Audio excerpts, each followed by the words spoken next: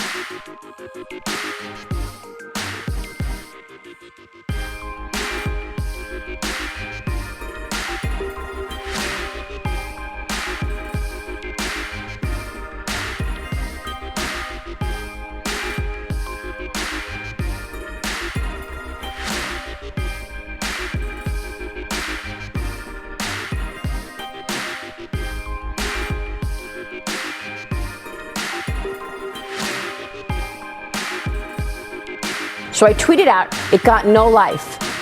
It got no life. And I know that's something that my followers and viewers care about.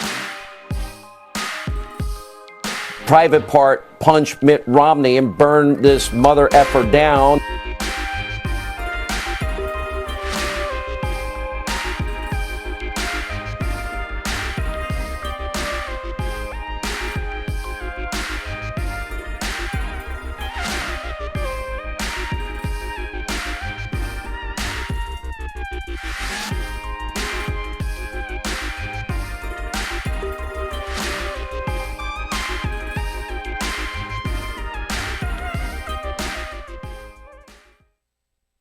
First from Olivaldia. Habían cerca del campo de concentración. There were many Panamanian troops at the Balboa concentration camp. They didn't seem to know what was going on. They were sitting on the grass with their arms and feet tied with plastic bands. I, along with many other people from El Chorrillo, witnessed their execution right in front of us. 8 of the soldiers at the entrance were executed by U.S. troops. A Spanish news photographer who, in the early moments, was able to get a picture of bodies lined up in the morgue, was subsequently shot under very strange circumstances. There was not a conflict, but according to the reports of colleagues, an American soldier just took aim and shot him down. What happened in Panama is a hidden horror. Many of the bodies were bulldozed into piles and immolated in the slums where they were collected. Other bodies were left in the garbage chutes of the poor projects in which they died from the shooting, from the artillery, from the machine guns, from the airborne attacks. Others were said to have been pushed into the ocean.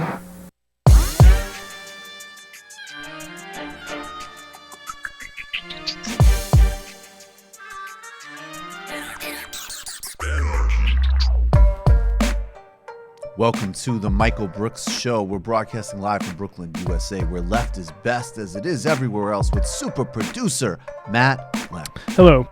Hello. Chief economist David Griscom. How's it going? How's it going? Everybody's got their own shtick now. Super producer David Slavic roaming the digitosphere and the ever-expanding, ever-growing, ever-aggressive, ever-leftward TMBS universe. On this week's program, Mike Ricine's with us. He's coming in studio. He's the host of the Sit Down with Mike Recine. We're talking about the mafia, scumbag on scumbag violence. Anthony Scaramucci versus David Frum. You're not going to want to miss it. O&A, the legacy of Patrice O'Neal, and what did this radio show have to do with the rise of the alt-right? Plus, in the post-game, we're going to do a list of left-wing podcasts, and he's going to explain which criminal cartel each podcast is. It's the legacy of the assassination of UEP Newton. We've got some sound in both the Fred Hampton. We have sound of Fred Hampton for the main show, as well as the post game, a global brief touching on a brief conversation I was able to have with Fernando Haddad. AMLO takes power in Mexico, takes aim at neoliberalism. Griscom talks economics fresh from a serious education from Richard Wolff. He's working a probationary period. Matt Leck's going to regulate in the post game. A new TV appearance from me. A whole lot more on another action-packed bro-Marxism TMBS show. Somebody said that to me the other day. I thought it was funny. But first, let's start really simple. George H.W. Bush, condolences to his family. He seemed like a nice guy in some ways, and he had a really long run.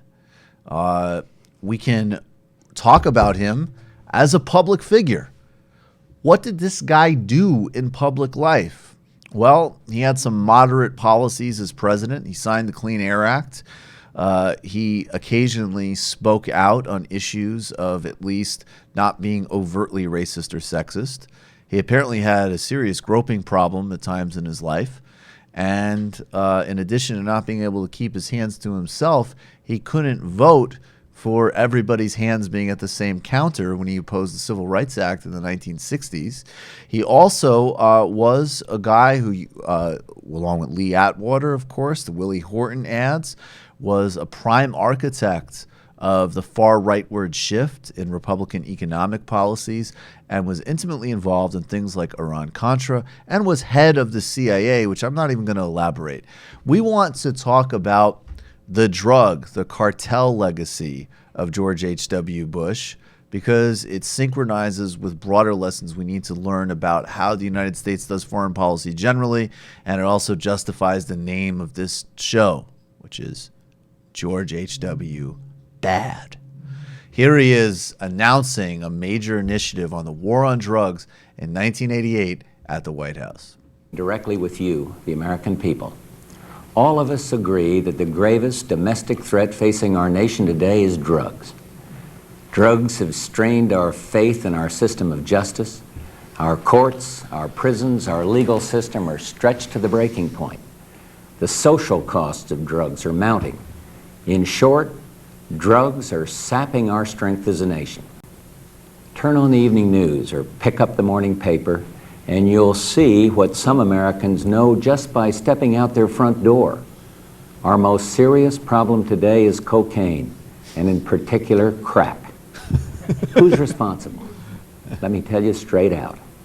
Everyone who uses drugs, everyone who sells drugs, and everyone who looks the other way. Tonight I'll tell you how many Americans are using illegal drugs. I will present to you our national strategy to deal with every aspect of this threat, and I will ask you to get involved in what promises to be a very difficult fight. This is crack cocaine, seized a few days ago by drug enforcement agents in a park just across the street from the White House. It could easily have been heroin or PCP. It's as innocent looking as candy, but it's turning our cities into battle zones, and it's murdering our children. Let there be no mistake. This stuff is poison. In particular, crack. I wonder what I'm signifying when I say that. There's an amazing story behind how the crack was delivered to the White House, which we're going to tell you in a couple of minutes. And of course, this overlaps with the cold open involving the invasion of Panama. But let's focus on a historical pattern and quote unquote looking the other way. Going back to the 1960s and 1970s, when the United States was complicit and the CIA was complicit with in Vietnam and Laos with right-wing paramilitaries who were also heroin traffickers, there has always been an overlap between the sort of covert U.S. foreign policy and people involved in the drug trade, particularly in the 1980s as well, of course, but also in Afghanistan and Mexico today. In 1980s, in the George H.W. Bush era, the United States partnered with the Contras. The Contras were a far-right Nicaraguan paramilitary that were fighting the democratic uprising of the Sandinistas. They were known for murder, rape, torturing, and killing even nuns in a Catholic country, and rampant human rights abuses. Abuses so rampant that the United States Congress, under Democratic leadership, actually cut off funds for them, which people within the Reagan administration found a clever workaround with the brainchild of Oliver North, which was illegally sell weapons to the Iranians and funnel the profits through drug cartel banks back to the Nicaraguan Contras. This is something that would certainly implicate or involve the vice president's office. Of course, we don't know all of the facts of the case because all of the major players in Iran-Contra were pardoned when George H.W. Bush became president in a massive upholding of norms, which of course are under threat by Donald Trump. Now, in addition to that, Panama was supported by the United States. Manuel Noriega was a prime conduit for laundering drug money from all cartels and organizations across Latin America. Tight, close relationship with the United States until all of a sudden, in the late 80s, we needed to have a war with him and remove him from the chessboard with, of course, serious consequences for not only civilian casualties in Panama, but a much more trigger-happy American public, which in a completely propagandized war effort was like, oh, this is really easy. You can just go to a third world place and get rid of a bad guy. The U.S. role in the drug trade also connected the CIA with the Mujahideen in the 1980s. This sort of pipeline of heroin money and poppy field money in Afghanistan exists today. Afghanistan, with which we are still there, still training, still regularly killing civilians in a self-licking ice cream cone that implicates the U.S. military, our intelligence apparatus, the Pakistani intelligence apparatus, the Indian and Afghan intelligence and military services, is essentially a proxy for a heroin corridor drug war. So, and last but not least, El Chapo is in trial in Brooklyn right now, and it has formally been agreed to in court to not release evidence to the public that would implicate senior American officials, as well as most likely the DEA, for looking the other way while El Chapo's cartel operated in exchange for information on other cartels. Not only was George H.W. Bush involved in all of this as head of the CIA, as the vice president, but there's also the other pattern. Going back to Richard Nixon, who of course launched the war on drugs and the major escalation and attacks on inner cities and expansion of the prison industrial complex through Reagan, Bush, and Clinton and Bush Jr., which is that while drugs flowed in the United States, partially, not entirely, but partially as a result of U.S. foreign policy turbocharging cartels across the globe. Then there would be a moral panic in the United States, which was racialized and used as a justification for regressive, abusive, and systemically racist, and systemically classist, and systemically any other kind of evilist you can imagine policies which targeted poor and people of color communities, because of course that speech is synchronized with a whole policy set that expanded prisons, gave police more power, and militarized even further the drug war. So when you reflect on George H.W. Bush's legacy, I'm a guy who believes in complexity and taking everything in. And it's nice that he wrote Bill Clinton a nice note. And it's nice that he thought that Barack Obama was born in the United States. And it was nice that he had a dry, waspy sense of humor. But it was not nice to vote against the Civil Rights Act, and it was not nice to invade Panama, and it was certainly not nice to work with the fucking Contras. Now, Matt, what is the story behind how the crack got to the White House?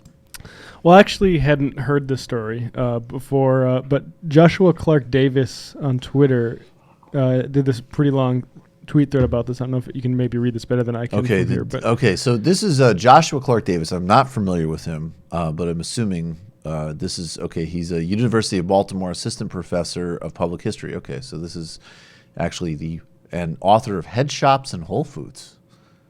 That sounds like a fun book. Maybe he'll be a guest on the show. All right. Joshua Clark Davis. The DEA caught wind of Bush's plan.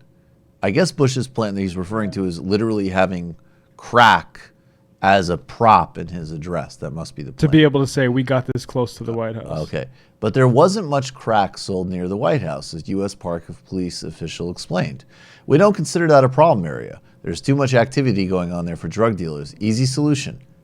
Invite someone to sell crack outside the White House. So that's what our law enforcement agencies do best. Yeah, that's exactly what we do. A little thing called entrapment. Done it to hit many a quota. The DEA caught wind of Bush's plan, and they set out about arranging a deal for Lafayette Square across from the White House. It's unbelievable. DEA agents planned to lure someone there to sell them a small amount of crack.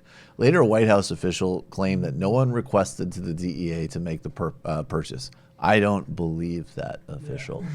On August 31st, the DEA special agent Sam Gay was approached by his boss and explained if he could make a crack purchase across from 1600 Pennsylvania Avenue.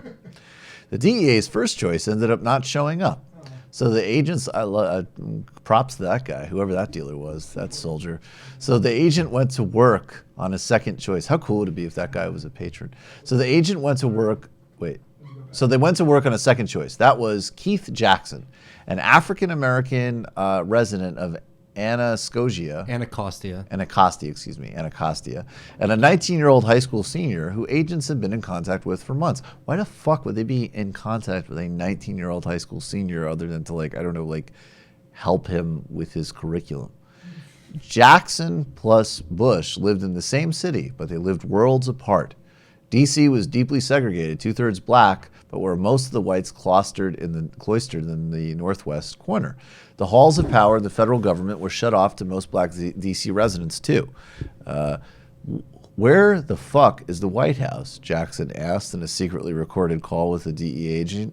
That's how segregated D.C. was.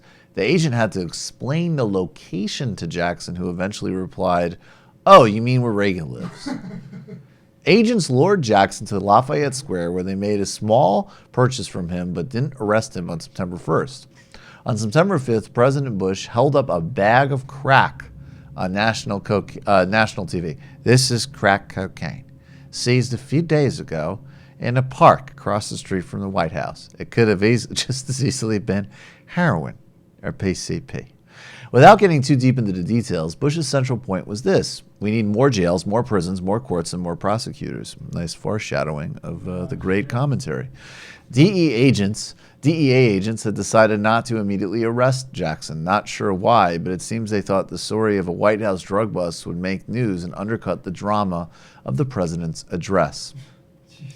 DEA agents worried that Jackson would see the address and hear Bush discussing the Lafayette Square purchase and flee. They were happy to learn that Jackson had absolutely no idea what went on with the national address and easily arrested him after the speech. Many applauded Bush's story of the arrest, but Kevin Zees, a defense attorney specializing in drug cases, didn't. It's disgusting. The situation is not bad enough that they have to create a false situation. It's the government creating a hoax so they can rev up their war effort. War on terrorism, look up almost all FBI terrorism cases post-September 11th. Keith Jackson was charged and then tried 2 times his senior year, once in December 1989 and again in January 1990, both times ending up in hung juries. Prosecutors tried him a 3rd time and got a conviction in September 1990. That's great. At his sentencing, U.S. District Judge Stanley Sporkin told Jackson, who had no prior criminal record, that he regretted having to impose the sentence of 2 years without parole. Of 10 years without parole. At the same time, Sporkin urged Jackson, 19, to ask Bush for a commutation. Wow. Sporkin, he used you in the sense of making a big speech, said Sporkin, a former CIA general counsel appointed by President Reagan in 1986. He's a decent man, a man of great compassion. Maybe you can find a way to reduce at least some of this sentence. Sporkin apparently thought that 10 years was too harsh, but regretted, I've got to follow the law. Congress had recently passed a new mandatory minimum law as part of the new anti-drug abuse of 1988. Bush never commuted the sentence. According to one historian, Jackson served almost 8 years for the sale in 4 different prisons before being released in 1998. So, H.W. fuck Bush. George. Yeah, there you go.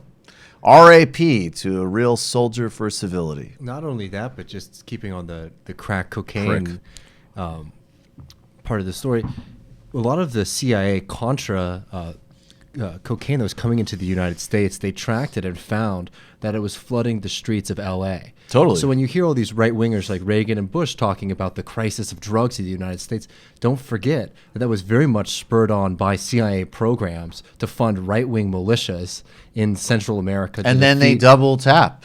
Let's so they do got the to terrorize. illegal. They got to terrorize 2 communities. They got to terrorize leftists in Central America and black people in the United States. That's exactly right. And go back to the illicit history. We unlocked it for people, but it's a great example of illicit histories you get on this. Anthony LaPay and I on the history of mega cartels in the CIA, and specifically Freeway Ricky Ross. Like, that's a true story. He was a mid-level LA coke dealer. He literally got some guy named Blandone, I think his name was, from Nicaragua, who gave him the most premium and affordable cocaine connection imaginable. And at some days, I believe he was clearing $1 million a day. That's the CIA Contra connection. And there's no conspiracy about it. If you're funding right-wing groups and you need people who have liquidity and arms, who has that? And who almost always shares an interest in propping up landowners, feudal societies, and local power structures, cartels. And this is one of these things that is so frustrating to talk to a lot of even liberals about, is they talk always about these rogue agents. But don't forget that Bush was the head, the director of the CIA. Dude. These people knew what was going on, were very involved in these activities. Without a doubt. There's no question. And I'm sure that they justified it as a necessary evil and then focused on what they would claim would be the moral failings of their own flip for a racist attack in the United States. It's obscene. And drug policies today, now it's fashionable for everybody to say we need to have reform, but people across this country, of course disproportionately black and brown, but across all demographics of essentially the non-wealthy, are still horrifically over-sentenced across the board. And by over-sentenced, I mean sentenced at all. It's disgusting. All right. Let's go pretty quickly here to the shout-out, because we got to talk about Fred Hampton. Get to the shout-out. Creepy. Shout-out. Maybe it isn't time for a full edition of that song. Fred Hampton was assassinated, I believe, 46 years ago today. He was only 21 years old. He was a radical doer and thinker, a true socialist in all of the best senses of the word, both in terms of spirit and ideology. Here he is talking on the importance of education prior to action. That's come out of social action thing. You set that up, brother. I mean, we can't put everything on one piece of paper. What about this bank? Credit union? Mm-hmm. Credit union. Credit union, my brother. Is a bank. Are you hip to credit unions? It is a bank. Yeah, you go and borrow money? Yeah, it's a bank. It's a bank. Owned by the people. Run for the people. And by the people. Mm-hmm. What will money be given out to people for? Well, the people would decide that. You want to buy, whatever, the people in the community decide. You need some living room furniture, maybe? You need a car, maybe? See, the thing is with me, you dig, I need to know some more about it. I wish you had some more literature about the educational thing here. Because, you dig, as far as we're concerned in the struggle, the way we look at struggle is that this depends on the educational thing, you did. Because this depends on the education. Well, the whole thing. No, but in the end, this does. You can form this with no education. You can form this. No, not the way we're talking about forming it. You know, right. We're talking about forming it right. You know, it's not on the paper. We didn't write it on the paper. Form it right with no education. No. Let me give you an example. Jomo Kenyatta formed the excellent revolution with no education. And on the end thing, Jomo told the motherfucker, said, well, you know, you can educate, hate the enemy, but I'm your brother. I'll help you lead the revolution. Now I'm more pressure. Another example, Papa Doc in Haiti. Papa Doc in Haiti hated everything white. Man, you couldn't put this white paper in front of Papa Doc's face, but he moved all the white people out and he took over and be the president. He did, because of no education. And the people that have been educated, they just said that we don't hate the motherfucking white people, we hate the oppressor, whether he be white, black, brown, or yellow. So we got to know the educational program to find out what is going to be in the finale. A lot of people, Jomo Kenyatta is called never a revolutionary, but an ex-revolutionary. So is Papa Doc. They brought on a successful revolution. That thing in the Mao's was a bitch. Bantu freedom fighters, all that kind of action. What we're saying is that it's the end. But you don't judge Castro now. You can't do it. Nobody in this room could judge whether Castro's going to be a revolutionary or not. You know what I mean? We're talking about things, you know what I mean, with China, the People's Republic, and even at the stage they're in now, talking about even going on further into a communistic state. That's what we're talking about. Those are revolutionary. So we got to understand here the educational program that you have to be able to figure out whether it will go on the right lines where the people will end up in a situation where they can be able to really control themselves. You understand what I'm saying? With no education, the people take this local foundation and start stealing money because they won't be really educated to why it's the people's thing anyway. You understand what I'm saying? With no education, you have neo-colonialism instead of colonialism, like you got in Africa now, like you got in Haiti. So what we're talking about is there has to be educational program. That's very important. As a matter of fact, it's so important for us that a person has to go through 6 weeks of our political education before he can consider himself a member of the party, able to even run down ideology for the party. Why? Because if they don't have an education, then they're nowhere. You dig what I'm saying? They're nowhere because they don't even know why they're doing what they're doing. You might get people caught up in the emotionalist movement. You understand me? You might get them caught up in because they're poor and they want something. And then if they're not educated, they want more. And before you know it, they'll be capitalists. And before you know it, we have Negro imperialists. So he was absolutely brilliant. He was assassinated by the Chicago police. How was he only like 20 in that? It's mind-blowing. I don't understand. Like, I get talent. I don't understand that level of brilliance and sophistication at such a young age. It's really unbelievable. I mean, he's definitely one of those people who's just just a light of history. Yeah. And you can see why he was such a threat to the state. Right. Because, we've talked about Fred Hampton before. We've looked at other clips. I mean, he was such an incredible speaker. I mean, he makes it very clear. A lot of people, when they talk about political education, it very easily starts to get into a question of like, well, who has time to read what? And Fred Hampton makes it very clear, what's the point of this? Why are we doing this? Is to make sure that the people themselves are able to make the correct decisions rather than having to rely on somebody else, so that we don't fall into counter-revolution, so that we are able to maintain our gains. And even talking about, and remember also what spurs this conversation is just building a credit union. They're not talking about like anything major revolutionary activity, but he's saying, well, what's the point? Why is this a radical activity? Where's the education in this? How does this fit? And the fact, by the way, in his time period, because we can historicize and look at other leaders from that time and frankly have a lot of sympathy for even like the bad calls that they made about leaders that turned out to be atrocious.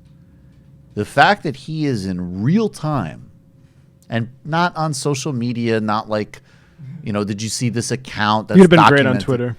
He would have been very good on Twitter. But like he's seeing what's happening in Haiti. He's seeing what's happening in Africa. He's making the double critique with Ronnie Kasrils and the people, the ANC revolutionaries of the double liberation. It's, of course, anti-colonialist, anti-imperialist, but it's also anti-capitalist. It's integral.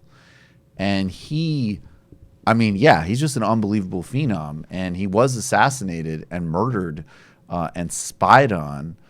He was murdered. He was murdered in his sleep with his shotgun shot in the back of the head. As brutal and terrible as you can imagine. Drugged by an FBI informant. Drugged by an FBI informant, targeted by the FBI, targeted by the Chicago police, and absolutely an example of somebody who, it's one of these things. It's almost become like a cliche, and people say like, "Oh, they were scared." They were scared. of this particular individual and the broader political project. And it's very important, too, to remember that the Black Panthers, of course, were a black liberation party, but they were for real socialists. Mm-hmm. And they had a thorough growing analysis that implicated everything and was incredibly Especially exceptional. Under Hampton. Hampton was a light. He's brilliant. We honor him. And also we want to include this because we want to honor him, and everybody should be watching and reading, and we'll definitely continue to. He's really one of the sort of spirit, and he's obviously one of our heroes and models here. But this is really important. Matt came across this today, and this was perfect to bring for the show. So right now, Fred Hampton's childhood home, his home, which was used as a base for community programs and all sorts of other efforts, including like the school breakfast initiative that Black Panthers did. Black Panthers were also, in addition to being radical and visionary, extremely community-minded and practical. This home is in danger of being foreclosed on, if I understand. And this is Charles Preston, who is Fred Hampton's son. No. Fred Hampton Jr. Oh, excuse me. Charles Preston is the guy interviewing. Okay. Yeah. Charles Preston interviewed Fred Hampton Jr. on efforts to save this home. We want to play that because we want people. This is a very practical way of honoring the legacy today. In fact, part of our campaign, we call in fact part of our campaign to say that is to call the contradiction on those who become black when it's beneficial and play Panther when it's profitable, and claim to be the Cubs when it's comfortable. You know what I'm saying? This is the reality. I mean, on one hand, people say, well, it's good that Beyonce dressing up like the Panthers in the Super Bowl. People say it's good that Lupe Fiasco got an album, a song called Chairman Fred's Speeches. But I mean, it's good that Kaepernick, you know what I'm saying, throwing a leather jacket and say somebody, reference to Chairman Fred Hampton. However, we're dealing with tangible, concrete contradictions. I mean, it's not some sort of just thought in our head. These banksters, they come to foreclose his home, and this is a part of a war on our legacy and our people. Other communities, they hold people accountable. They whether it be entertainers, the athletes, they say, no, we need tangible support. And you see these entertainers, when they do stuff for the ruling class, for the state, they do actual benefits. You know what I'm saying? They come through and they don't say, they don't stop. Just All right, up. yeah, so you get the flavor. This is incredibly important.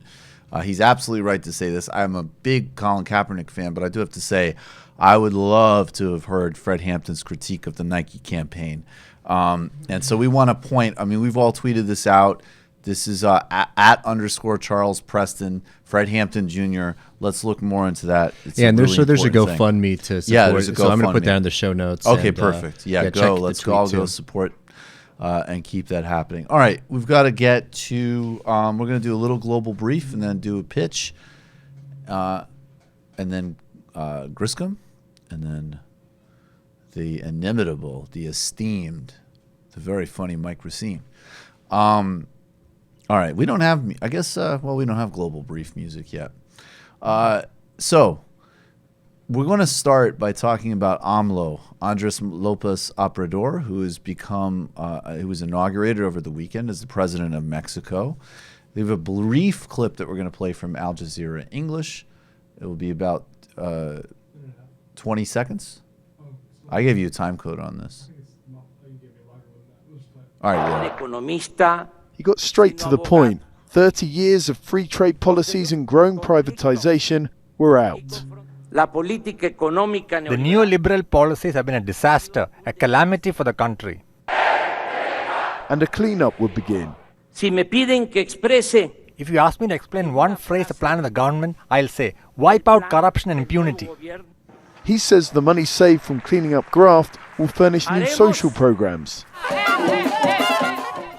Okay, and I just want to quote here from this is a book that AMLO released in Mexico. It's called A New Hope for Mexico, and it was translated for the UK and Commonwealth Press and by Orr Books in the United States. And this was published in the Jacobin with, of course, Crew, Bashkar Sumkar's magazine. Everybody should be reading and subscribing to the Jacobin. In terms of our collective this is AMLO. In terms of our collective well-being, the politics of pillage have been an unmitigated disaster. In economic and social affairs, we've been regressing instead of moving forward. This is hardly surprising. The model itself, and this is speaking of neoliberalism, the model itself is designed to favor a small minority of corrupt politicians and white-collar criminals. The model does not seek to meet the needs of the people or to avoid violence and conflict. It seeks to neither govern openly nor honestly. It seeks to monopolize the bureaucratic apparatus and transfer public goods to private hands, making claims that this will somehow bring about prosperity. The result, monstrous economic and social inequality. So, and he goes on. As in any case, there is never going to be successful left governance without a highly mobilized base, and there's also going to need to be a global synchronization of governments and movements. So the task ahead is very hard. The literal politics of him taking on the types of corruption networks in Mexico and how they implicate all of the ruling class there, as well as U.S. foreign policy and drug cartels, are quite literally potentially extremely dangerous. But he is a light right now in this situation and a counterbalance to an emerging far-right neo-fascist core, which will now be led by Bolsonaro and backed, of course, by the Trump regime in Latin America. So we'll continue to watch and follow AMLO closely. Now we're going to throw this up on screen for a second. I tweeted this out the other day. I had an opportunity to speak with, just for a couple of minutes, just in a room, with Fernando Haddad. Again, this is actually through our friend Bashkar over at Jacobin, who helped organize a tour of New York of Fernando Haddad, who is, of course, the presidential candidate who took Lula's place after the Brazilian courts in a obscene act of anti-democratic animus, after already making him a political prisoner, barred him from running, even though he was outpolling everybody else by double digits and almost certainly would have defeated Bolsonaro if oligarchs and the military had not intervened in another way, in addition to the first step of making him a political prisoner and barring Lula from running. Fernando Haddad actually spoke on how Brazil fit into a broader collapse of neoliberalism as well.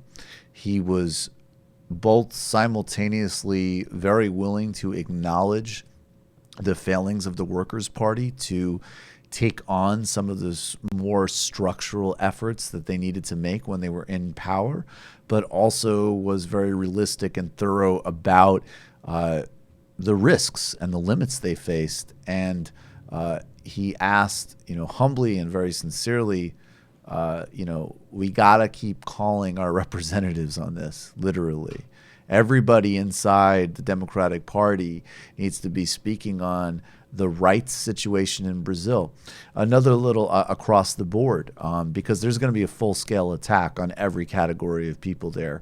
And part of the reason that Lula as a political prisoner is so important is because it's the same reason that the hit squad that assassinated Marielle Franco and killed her and her driver, there's still been no arrests in that case. And that's almost certainly part of the same right-wing nexus of the police state, of narco gangs, and of the right that are taking over Brazil. One young woman, Afro-Brazilian woman, spoke to Haddad, and she said, Marielle was a lesbian, a black woman from the favelas. They murdered her. Lula was a metal worker, came from poverty, and lifted us. They put him in jail.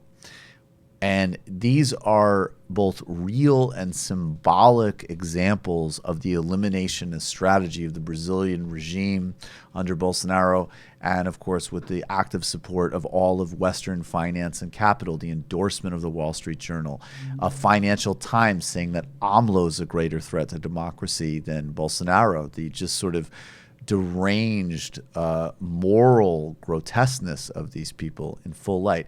Lula matters, though, because in addition to him, Judge Sergio Moro, who is the judge who ran Lava Jato and put Lula in prison, is now the justice minister of Bolsonaro.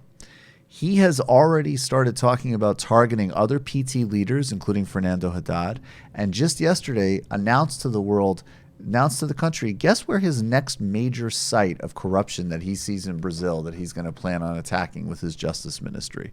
Does anybody have any guesses? Labor unions? Labor unions.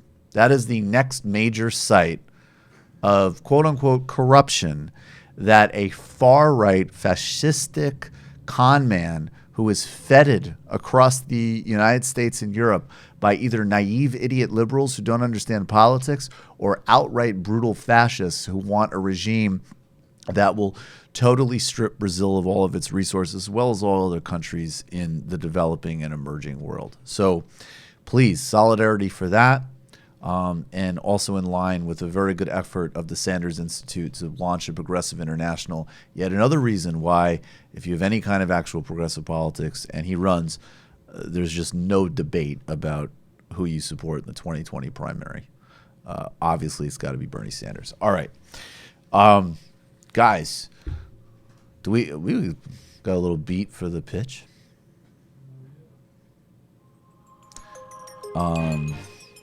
David, you crushed the pitch a couple weeks ago. Take it over, buddy. Yeah, we're still growing. We're moving. Everybody who is not a patron, you're really missing out on a lot of great content. Each week we put up new theory videos or readings. We do illicit histories where we really take a deep dive into the great histories, stories, theoretical arguments, and important things to note for the left. We're right around around 1,700 or so. We're at right We're at 1726, I think. But I would say we were up. This always happens on Patreon. So we were up to about 1,700, 668 or something. And so there's always a fall off, and mostly it's because people don't. You got to update your card information. You got to make sure everything's up to date, because that just. Helps us know what we're dealing with in terms of planning and stuff. So please make sure everything's up to date. When we get to that 2,000 level, not only will we do the horrible food bucket challenge, but we actually are thinking of some other things that might be a little bit more fun, a little bit more forgiving. But hurry up and get there, because I've been cutting big time for this food challenge. That's right. So yeah, I'm getting hungry. Yeah, it's time. It's time. And I've been taking a lot of weird herbal supplements. Patreon.com/TMBS, Patreon.com/TMBS. And if you're here and you haven't yet, click subscribe on our YouTube channel. If you haven't done it on iTunes, and even if you are a patron, of course, if you're a patron, you don't have to do anything else. But if you haven't yet, and it's easy, subscribe on iTunes as well. Maybe throw us a little ranking or review, because that helps get more eyeballs and more ears exposed to the show. Also, if you like our YouTube channel, YouTube doesn't really want to monetize us, so you should probably throw us a few bucks on Patreon. You really should. If you're watching it on YouTube, they are. If I was Dave Rubin, I would be whining about this. You shit might notice every ads, 5 but seconds. every for instance, the last live show we did, there is ads on it, but they all go to the AP because we played an AP clip of Trump. They are being absolutely ruthless. Yeah, we're making the fucking AP money. So definitely, if you're just watching this, come throw us a few bucks on Patreon. And let's talk about this. February 1st, the motherfucking Bell House. I'm not gonna lie. Look, these tickets are going super fast. The agent that helped set the thing up is actually surprised, because this is the lulled period.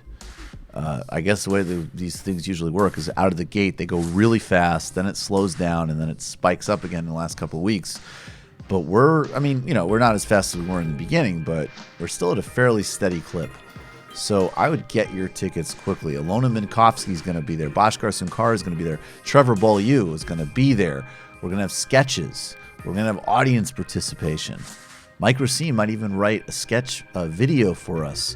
And I want to say, actually, I don't know if we're going to do this on the show, but soon we're going to be doing a new segment on this show regularly, where the team and myself pick a PragerU video and debunk the motherfucker. That's going to be a new regular feature of TMBS. We're going to have an incredible time at the Bell House on February 1st, and we'd really love to see you there. Do we have that up on screen, Matt? I mean, it's really simple. Obviously, if you just go to either the Bell House website, or if you just put Michael Brooks Show, Bell House in Google, it'll come right up. Go get your tickets. Stat. And we will see you Friday, February 1st, 2019. And if this goes well, let me just put it this way. People from other parts of the country, even people from other parts of the world have said, hey, when is there going to be a show in Portland? When is there going to be a show in Chicago? When's there going to be a show in fucking Dublin? Well, this is the first step to it. Us hitting the road. All right, folks. Thank you so much. Patreon.com/TMBS. Michael Brooks Show at Bell House. I think we do a decent job with those pitches. Of selling them, conveying the importance, but making it fairly entertaining. I'm not quite at the point yet. I'm glad that you're selling, global revolutionary socialism and not brain pills right now, to be honest. I feel a lot better about it. But there is it's a root. It's from India. And what it will do is it increases the human capacity for empathy. All right, guys. So now what we got to do, and then we're going to take a brief break after we do this, but of course, David, are you chastened? Do you feel, how was the encounter with Richard Wolff? By the way, Mike Recine has a Richard Wolff impression that he's going to do for us. Richard Wolff is like our new favorite person around here. Him and Harvey K are definitely they are like the father figures of the show in a very good way. Grandpa figures. I looked the bull right amazing. in the eyes. My heart didn't skip a beat. I don't know about that. You looked a little sweaty, buddy. I'm feeling strong, invigorated, ready to go. He handled you with a lot of kindness, I thought. I thought he didn't realize how big I was the thing, because he's used to seeing me sit down. That was a big moment for him. Wow. You still want to keep this going, huh? He'll fuck you up. All right, David, the GEM system, the Griscom Economic Minute. Yeah, so I just want to prepare everybody, because if you haven't seen already, today was a pretty rough day on the market. My portfolio got hammered. How's your portfolio doing, Michael? Michael only invests in dirty oil right now. He's a real cynical Marxist. I only do if it's not petrochemical related. Don't talk to me. But yes, there was a massive sell-off today. The Dow Jones, last I checked, was down around 800 points. I mean, it was a really significant drop. And this was across a vast majority of industries, so it wasn't really targeted in one area. Only utilities stayed positive and barely. The biggest folks hit were the tech, industry, finance, and banking. They were hit especially hard today. So tomorrow, I believe they're doing a national day of mourning, so the market will be closed. But this was a national day of mourning for what? For our friend, our favorite drug dealer. Get the fuck out of here! Are you serious? No work. That should be a national. I'd be fine if they give workers a holiday. Exactly. By the way, workers' holiday. Yeah, give them a workers' holiday or something like that. No, it's like these fucking assholes on the market. They get the day off at Wall Street. I mean, I'm with that, but I mean, where's the capitalist? I feel like we're like. I want to be like a motivational speaker, like you lazy pricks. We're having sell-offs. Who cares? Some old guy died. Get to work. But he was 95 years old. Yeah, he sucked. And he sucked. Well, yeah. He spent the last couple of years of his life pretending to be a corpse so he could grope his fucking nurse. And selling Jesus socks Christ. to weirdo freaks. And selling socks to weirdo freaks. But yeah. His fucking wife is still around. What more do you want? And his fucking non-individuated sons who caused their own fucking problems. Oh, incidentally, his son with the global torture regime in Iraq. You fucking lazy morons. Get back out there on the Wall Street and stop this fucking shorts before my fucking Exxon stock goes down. So this is one of those things which we've heard all years. This good year for stocks, bad year for stocks. I mean, it's pretty much neutral at this point because most of the gains have just really been knocked out. And I just wanted to talk about a couple things. We've talked about the yield curve inversion, and that's something that did happen yesterday. We had the 3 and 5 year yield curve inversion, and that was something that hasn't happened since before the last recession. And typically, yield curve inversions are signals of a recession. But I just want to talk about two things that are very important. A lot of the sell-off seems to be a result of Trump's G20 conference with China, right? So remember, we all saw over the weekend, Trump was talking about his very successful meeting with China. It was great. Talking about how the Chinese were going to take actually some very, very serious cuts and continue to drop all their tariffs on U.S. automobile industry, which has not even been something that Trump's really focused on. So people were figuring out, oh wow, it looks like China has acquiesced to Trump's demands. Well, coming into the week, we've been getting less and less details from the Trump administration, and the Chinese have been very silent on this deal. So it looks like, this is just my speculation, but it's very likely that Trump, as he called himself, the tariff man, might have been played very well by the Chinese, because he was very quick to Twitter to talk and brag about these new deals that he was, able to negotiate. Yeah, she was like, go tweet about it. Yeah, absolutely. Yeah, it's going to be great. Yeah, I would do a tweet about that. Right now, yeah. Right now, go tweet now. Yeah, and then that was the one where Trump was like, it's done, we've solved it. And then they asked Larry Kudlow, and he was just like, yeah, I mean, it's great and it's done, but there's no details. Yeah, we got to negotiate. Yeah, I mean, we did it, and it was great, but we don't know anything that actually happened.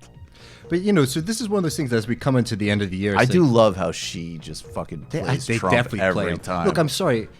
She hustles Trump People every talk time. about, oh my God, how difficult would it be to negotiate with Trump because he's so wild. Look, if you realize that the United States economy, the stock market especially, which is what he cares about the most, is so run by these kind of ideological things that can rise from a tweet and fall from a tweet, that Trump is the perfect kind of guy to play. Because you can mean like a dumb, emotional idiot susceptible to flattery might be easy to deal with? Exactly. Everyone's talking about, the Chinese can never figure out how to deal with Trump. Yeah, I think the Chinese can deal with Trump by like the fact that he gave Xi like his fucking, he was like, here's my number, you should text me. It was like the only difficulty that the Chinese have in figuring out how to deal with Trump is how to translate his like bizarre private telephone conversations. Like, it is good, but in a certain sense, it's bad. How do we make that into Mandarin? They fire all of their English translators. They're like, this sounds like a kindergartner. It's like, no, that's literally what he said. It's the only difficulty is translating his fucking verbiage. But just to give this story a little bit of more of a bent for the folks like us, these working class people, and what matters to us. We talk a lot about the economy and how speculative the United States economy is. When we talk about the market gains, the growth in the United States, it's mainly has been in technology and innovative sectors. What that really has meant, think about all the new technology, new companies that you're thinking about. These are just new ways for major corporations to come in, mainly backed by finance, to come in and seek more rents. So we look at these new companies that they're the Uber of laundry. Right. They're the Uber of toothbrushes. They're like the Uber of grocery delivery. Services that have existed for decades, right? So we're not really seeing as much innovation in the United States market as we're just finding clever ways for people who already have a shitload of money to be able to take money from all of the other industries that they don't already own. And it's something that we really need to pay a lot of attention to, because we've seen an entire U.S. economy that has come out of this recession and has been pretty much grown on the advent of cheap money, tax cuts, and asset inflation through stock buybacks, right? We haven't seen any real growth. We haven't seen any real wage increases for the American working class. And as we're starting to see people freaking out on Wall Street, those folks start worrying about another downturn, another recession coming. We will really see how much of the foundation of the United States economy has been built on sand. This is what you get when the entire United States company is just 15 companies, and those companies don't make shit, and they employ 20,000 guys who just code or something like that, right? I mean, we're in for some rocky times. Yeah, I don't doubt it. Incredible unsung success.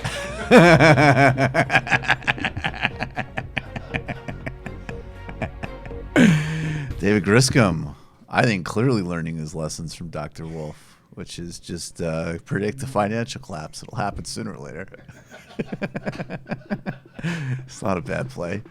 All right, we're going to take a brief break, and then we're going to be back with Mike Recine. Very funny guy, very smart guy, the host of The Sit Down with Mike Recine. We'll be back in about a minute, everybody.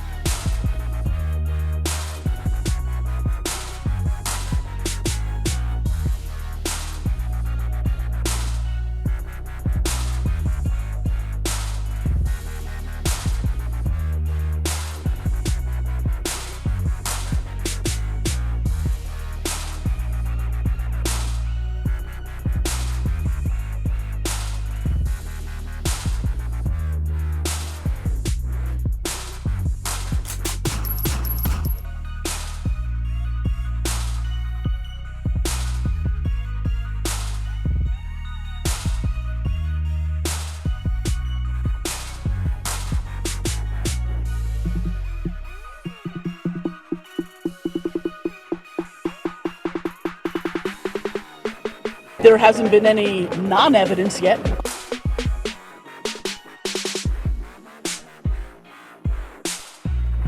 treat me like a black person! But I'm defenseless against that kind of female insanity.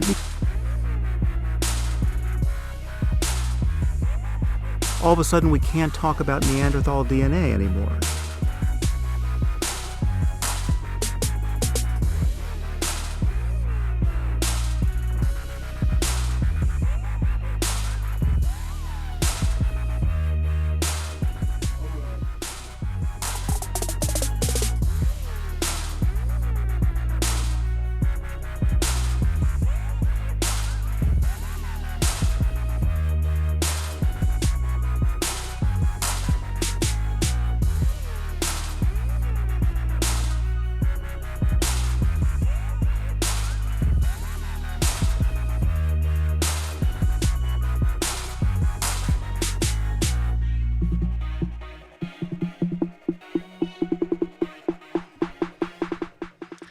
Welcome back to the Michael Brooks Show. Joining us now is my new friend.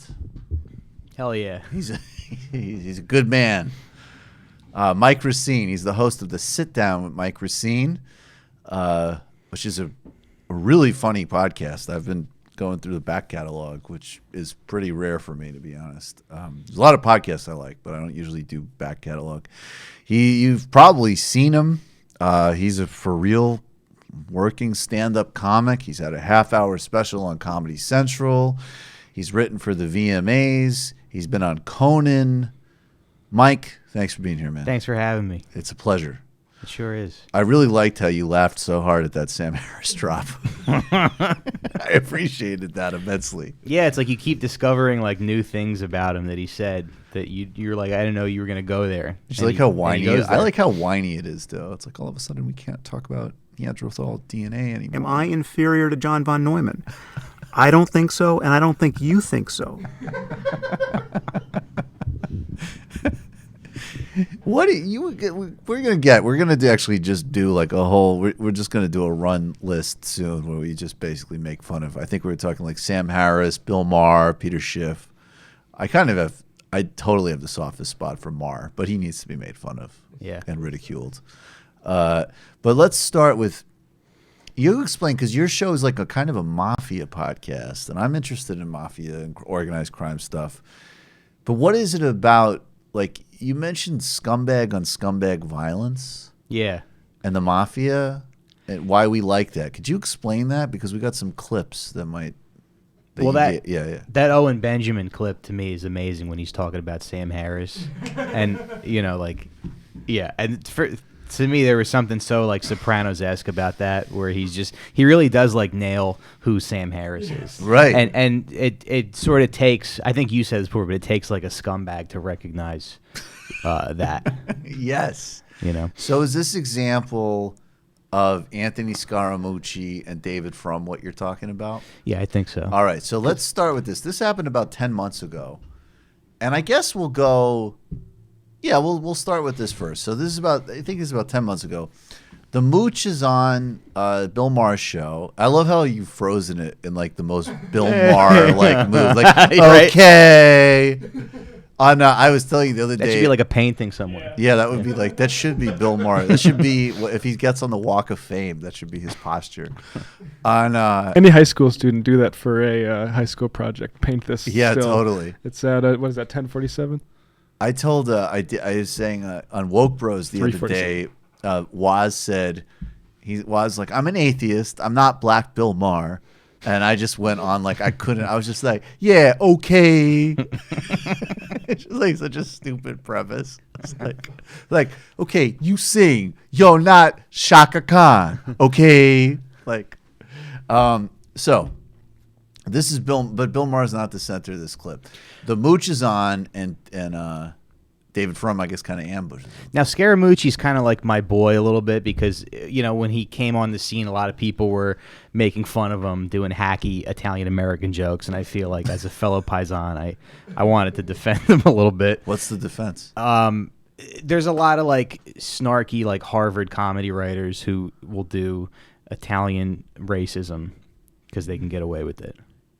Do you think that they're getting, because they're so uptight about even just like good comedy across the board, and sometimes good comedy across the board is plays with and explores offensive dynamics, that just how is that what they do is that all of it's sublimated into Italians? Yeah, I think so. So it's they like it's like a pressure valve kind of super hacky with Italians because they can't do jokes. All right, so but I actually have a theory about why I like Scaramucci now too, though. After I watch this clip, this is David Frum's going to go after Scaramucci, and we're going to watch this, and then Mike, I want to first your reaction, obviously. He totally did. But even if he didn't, Anthony,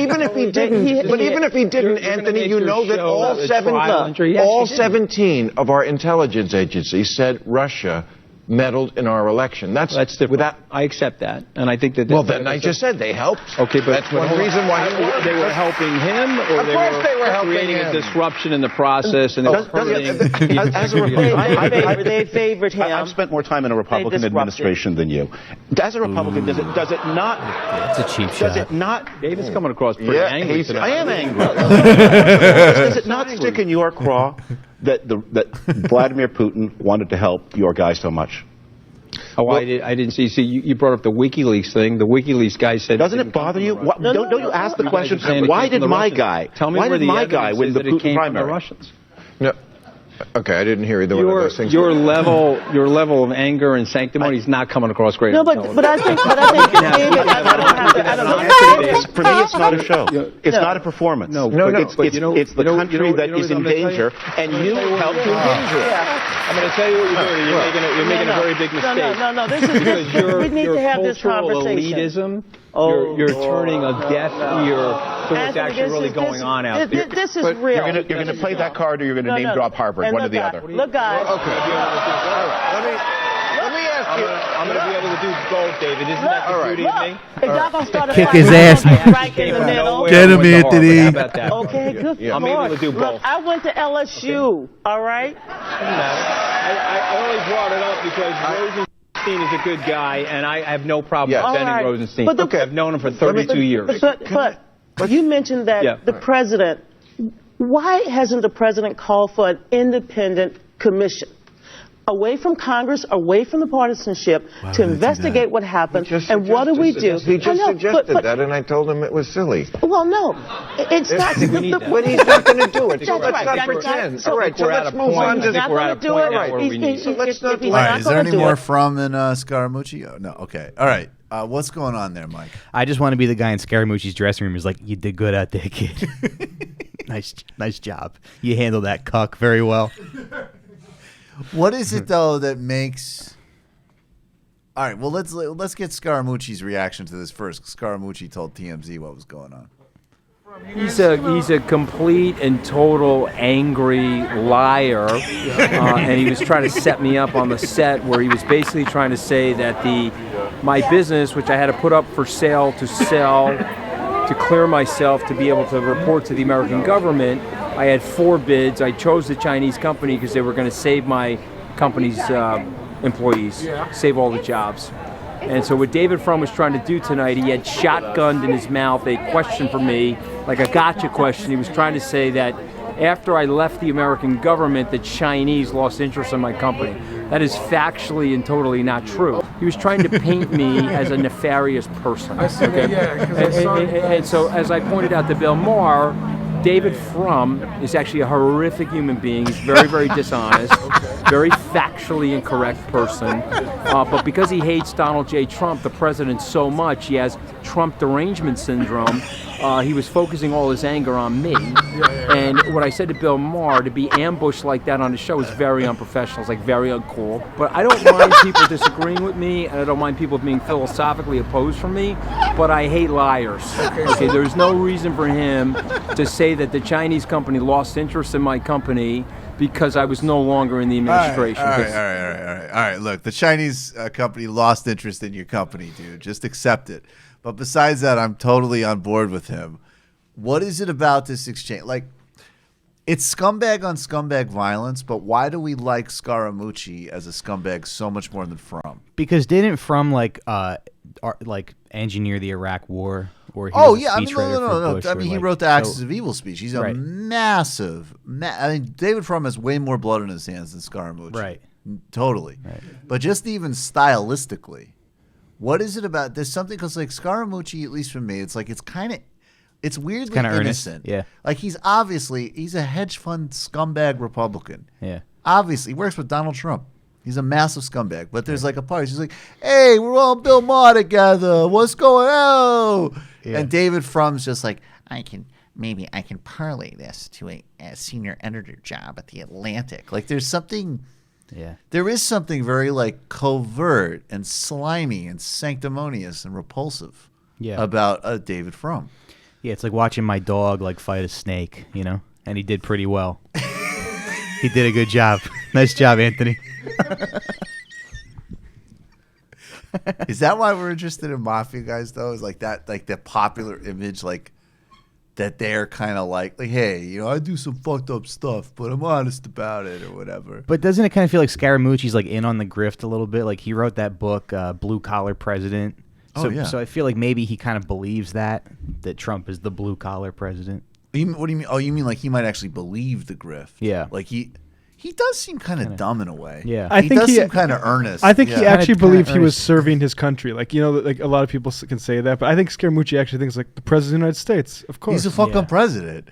No, that was actually the one thing I think in the New Yorker when they broke like that amazing interview that he gave that's already like, you know, ancient history where he like talked about like Bannon trying to suck his own cock and stuff. Didn't he call the reporter to do that, by the way? Oh no, that was what made it even better. It was like, hey, you don't gotta call me for this. Yeah. I'm gonna give these people a piece of my mind. But I think the reporter was saying if you wanted to be profiled. I don't want to be profiled. Well, just I'm what not you're Steve trying Bannon. to do. What you're trying to do. I'm not Steve Bannon. No. I'm not trying to suck my own cock. I'm not trying to build my own brand off the fucking strength of the president. I'm here to serve the country.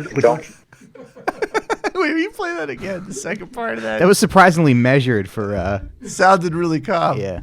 I don't want to be profiled. Well, just I'm what not you're Steve trying Bannon. to do. What you're trying to do. I'm not Steve Bannon. No. I'm not trying to suck my own cock. I'm not trying to build my own brand off the fucking strength of the president. Listen, I'm here I'm trying to choose serve the my country. words carefully here. Let's see. I'm not trying to, how do you say, suck my own cock.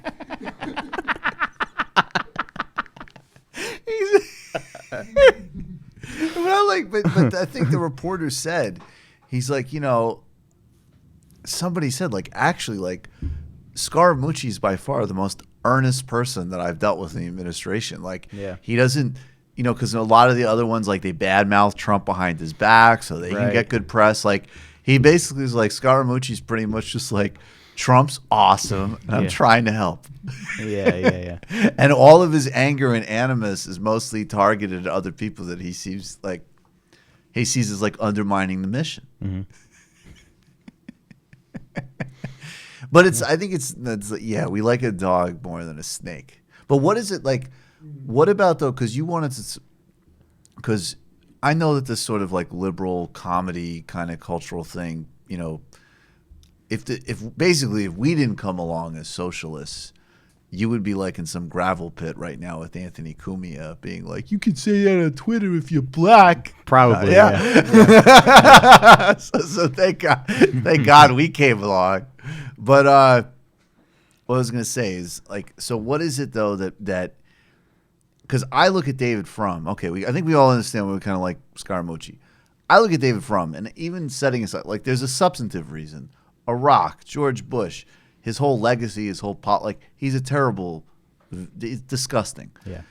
But setting all that aside, I look at that clip and the way he's like, this is serious. I've worked at the White House. That got an applause line. Mm-hmm. Who are the fucking people that like that? I don't know, but it's weird how these liberals have such a hard on for these like never Trump Republicans. What's that about? I don't know. But you don't have any like comedic theory of that? I mean, honestly, because I can't explain it. It just seems like they're all kind of playing for the same team, and like, I don't know. I feel like in the past year I've kind of realized that politics should be a conflict between like the rich and the between the rich and the poor, but Right. it's not. They find ways to, and it seems like all these rich liberals are not really like on our side. Yeah, that is. And I feel like when I want to relate to like my grandparents or like my mom, I try to bring up stuff that liberals are doing and try to find some common ground there. But I don't they're know. pretty. You got a pretty. My grandmother loves. She's 93. She likes Donald Trump a lot. My mom just kind of doesn't pay attention to anything. The day after Trump got elected, I was in a writer's room in LA writing for some show, and everybody just came in like bummed out, and they were like, "Well, the showrunner was like, guys, we'll see what happens. I don't know." And I call my grandmother. I put her on speakerphone, and I go, Mimi. I go, "Congratulations." She goes, "Thank you. We made history. I'm so happy."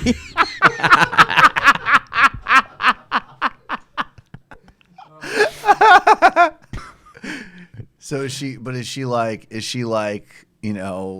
it's funny because she loves Trump, so she's not like one of these Loves him. she's not like, I'm a Republican and I like his policies, but I wish he wasn't so rude. But she's actually more like, she's like a 93-year-old that if she had an internet account, she'd be like, look at these faggots on the Michael Brooks show. Yeah, and I think communism isn't real. They tried it with Stalin. yeah, and I think Donald Trump is kind of. Oh my God, they're such cocks. Yeah, well, Trump has kind of She's brought like out her that. hatred of because now she's like, I hate Paul Ryan, I hate Mitch McConnell, they're a bunch of scumbags, and then I'll be like, yeah, have you heard of the term cuck-servative? Now I get to explain to my grandma what a cuck-servative is. So. Oh, it's like, yes, because they wanted the Arab to take their wives with immigration. Exactly. Thank you, sweet boy. Yeah. It's like every kid on a Reddit thread that that's her. Yeah. You think it's like, I hope this kid loses his virginity, gets a life. It's actually your It's my grandmother. grandmother. You're gay, and you hate the country. Yeah. Get him, Anthony. She couldn't stand Jeb either. She's like, he's a little baby. He's going, oh, can my mommy come? Can my brother come? She's See, that's true. Yeah. Well, this is why we like that. this is why we liked Trump in 2015. Right. That We had everyone a was couple of like, months there where we were enjoying Trump is doing good things for the world. Right. The Republicans deserve this. Right. Well, there was one. The only moment in modern. I mean, there's some. Well, now with Rashida Tlaib and AOC and Ilhan and Mar, there's a lot of good stuff, and Bernie and the Progressive International. But there was a time where it was like the primary night in New Hampshire, and it was like Bernie crushed it, and it was like, okay, we might actually have a chance here to really do something about healthcare and inequality and climate and racism and whoa. And then on the Republican side, just watching a parade of people be like, well, I think the party will come to its senses. They're just like Trump, just be like, boy, do I love it here. It's great. And then like something like Jeb's a loser, but I won't be mean tonight because we won. We won by so much, but we'll be mean again tomorrow, right? Right? And just watching all of the right people being upset. Mm-hmm. And some of the right people and some of the wrong people, like the really wrong people, being happy. I did see that. Yeah. But there was a little bit of wow, the real side of the righteous get a big win, and a major scumbag gets a win, but it's at the expense of chronic offender scumbags for decades. And he's kind of a funny scumbag. Yeah, I don't know how to describe it. It's almost like if you were in high school and you were getting bullied by the debate club, and then you just found a guy, a 30-year-old guy, to who sold drugs in the parking lot to get rid of them for you. But now you have a new problem. Yeah. Yeah. Oh, I like this. Yeah. I think I'll stick around now. Yeah. I'm the king of this school now. His name's Rick. He's 42. That's the president. Yeah.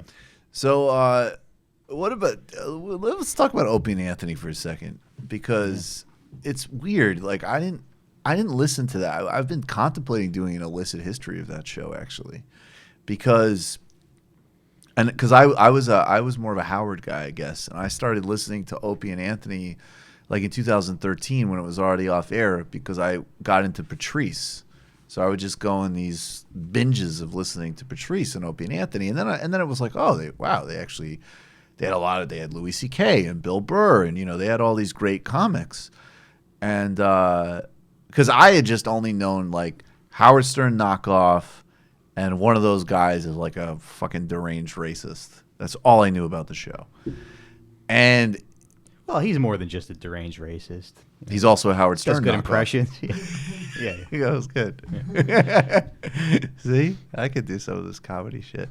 He does good impressions. No, that was what I learned on the show. Was that there was actually some talent there, which made it more disturbing.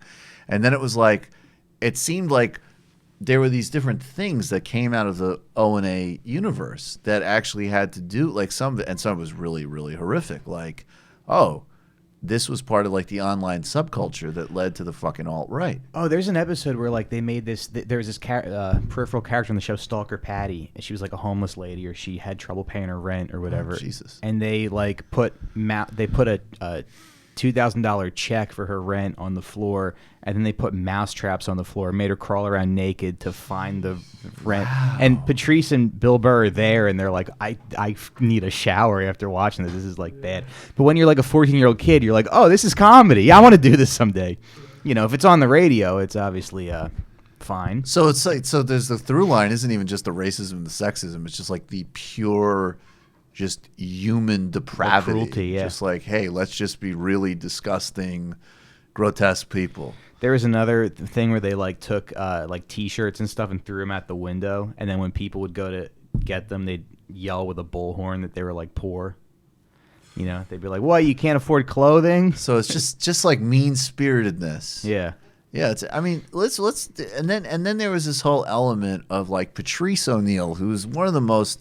I'm friends with Dante Nero, who did stand up with Patrice, did his show. He was on this show, and he had that funny experience in connection with the Proud Boys, which is one of these other like fucking toxic swamps that come out of this universe.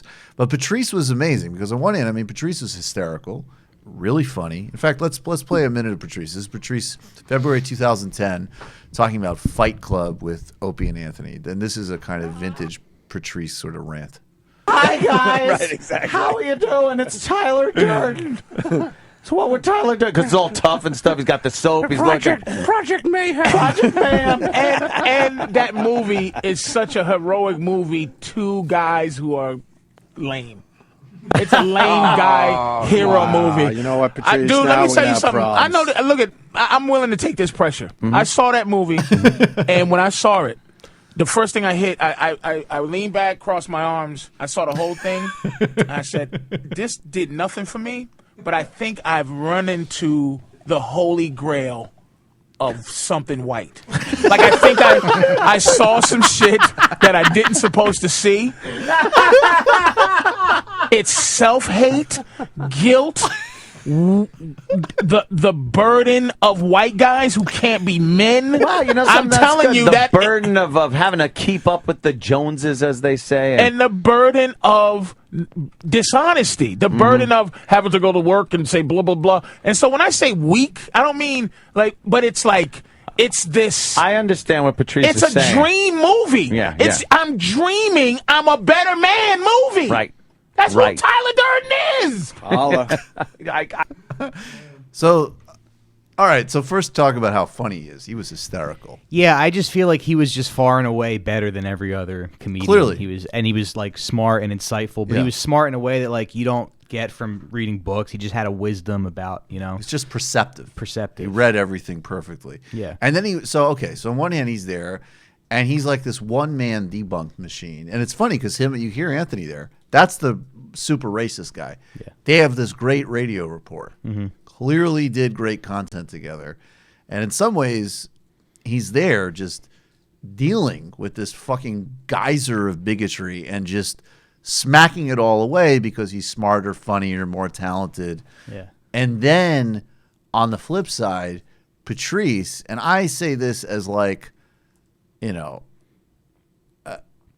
I don't just chip this out for everyone. You're a massive misogynist. like an objective misogynist. And so there's this other lane of the show where you could see, which isn't to say he totally had some, absolutely sometimes can be super insightful about that stuff too. Yeah. 100%.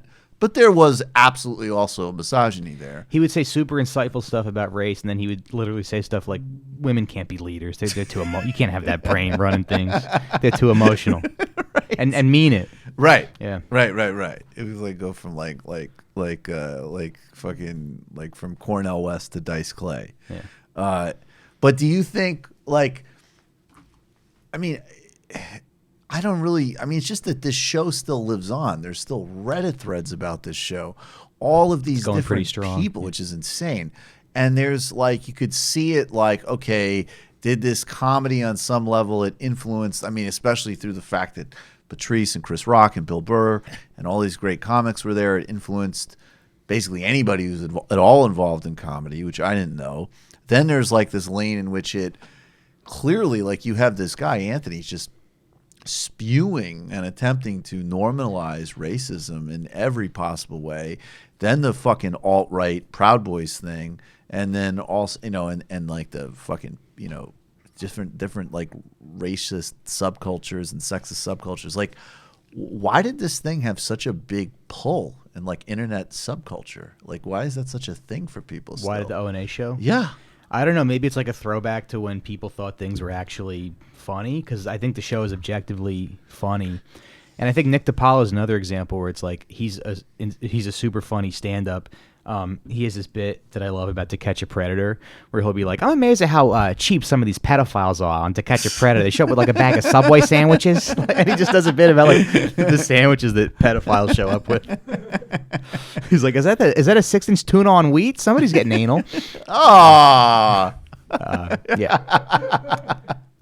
Or I don't know. Maybe I'm paraphrasing, but maybe I'm paraphrasing. But then shockingly, his stuff that he politics says are terrible. Are terrible. Yeah. Yeah, you never would have guessed that from that bit that you just shared with us. All right. Well, people are complicated. No, people are complicated. But well, let's do. Are you gonna bleep that out? That I use that word? No. Okay. No, we're here. We're live. All right. Oh, okay. Yeah, nice. You can set off all sorts of alarms here, buddy. Yeah. Sam Harris. Mm-hmm. The read of him and the impression, please, because I appreciate that. The first way I heard about your show was somebody tweeted at me and said, "You gotta hear this. This guy made fun of Sam Harris." Oh yeah, yeah. Like I love how because we've been trying to work up a Sam Harris impression in the studio here, and I don't think we've quite nailed it. No, we get slices of it. Yeah. Well, he's pretty easy to do. You just sort of say bigoted stuff, and then you act like you're the victim for saying it. People are coming after me for, I just tweeted that I didn't want to go to Foot Locker and hear thug music, and well, usual suspects were demonizing me once again. Why the usual?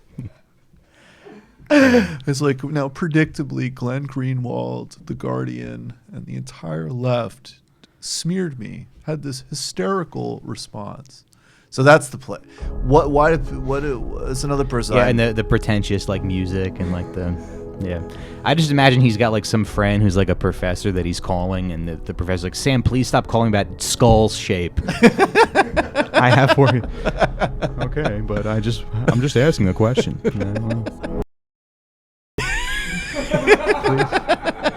Let me do 15 minutes of housekeeping before let me ask you for money for 10 minutes. He's a fucking Golden Girls trust fund baby. He is, And right? He just has to ask for money. How much money do you peddle need? his wares. Do you want to hear the copy on this? This is the track for Waking Up. Yes. It's called Eterna by Liquid Cinema. Powerful, epic modern trailer music, from sweeping and deeply uplifting emotion to dramatic and dire action. It's from that CD Pure Moods from the late 90s. This is good. What is okay? So do a Sam Harris intro with the music behind you. Do a full intro. Like maybe he's interviewing like a sort of, let's say like a Lebanese academic whose PhD turns out to be fake, and has a thought experiment book about like nuking the Aegean Sea. and Sam's going to have them on, and the left's going to have a hysterical, unfair reaction to it. You know, people are upset that I supported nuking the Aegean Sea. Wait, he would never say that specifically, right?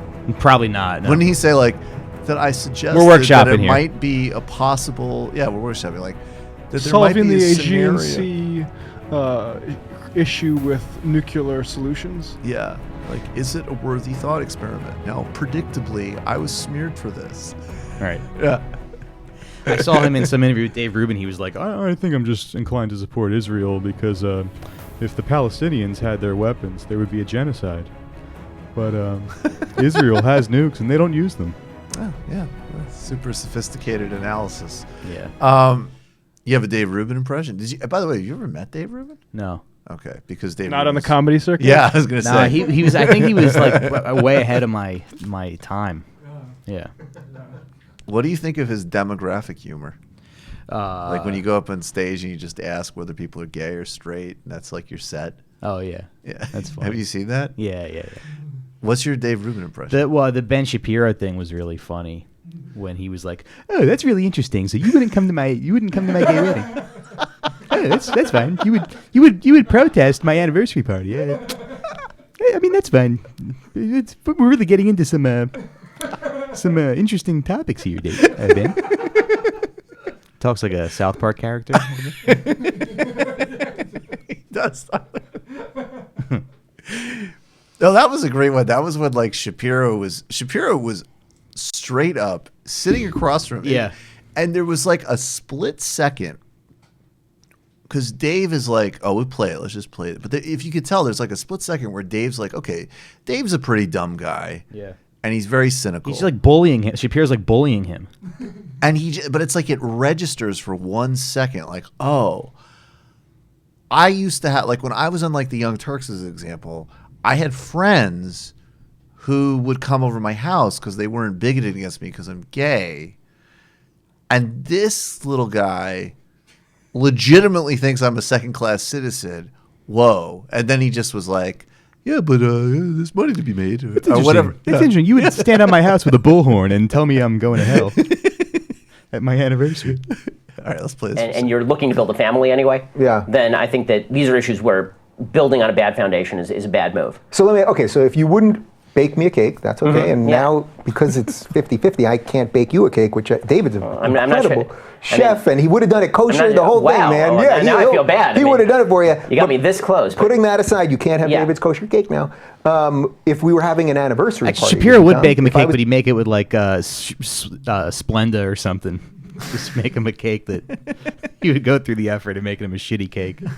Anniversary party, would you come? If I was inviting, you can't have David's kosher cake now. If we were having an anniversary party, would you come? If I was inviting all the crew that we all know, and we were just an anniversary party, just have a party, and I'll even throw in some kosher food for you to make sure you don't have to bring your own. Joe Rogan's Instagram. Now this is a gay anniversary party, baby. Hell yeah. Kosher food for you to make sure you don't have to bring your own food. You know, honestly, I'd have to think about it. In the same way. So that's interesting to me. Yeah, that's this is it. Pause it. Well, that's where he's like literally like, "Oh, whoa!" Like even I'm registering that you're a straight up bigot, and now he just powers through. Let's go. Not really, because again, if you're a religious person, and again, take it from the religious perspective. From the religious perspective, the question is, are you glorifying something that you think is sinful? Yeah. So if it's a party for something that you think was originally sinful, can you participate in that? So from a religious point of view, that's an actual serious moral question. Yeah. Would I go out to dinner with you? The answer is yes, right? Because that's not actually like, let's celebrate something that I feel that you're doing is sinful.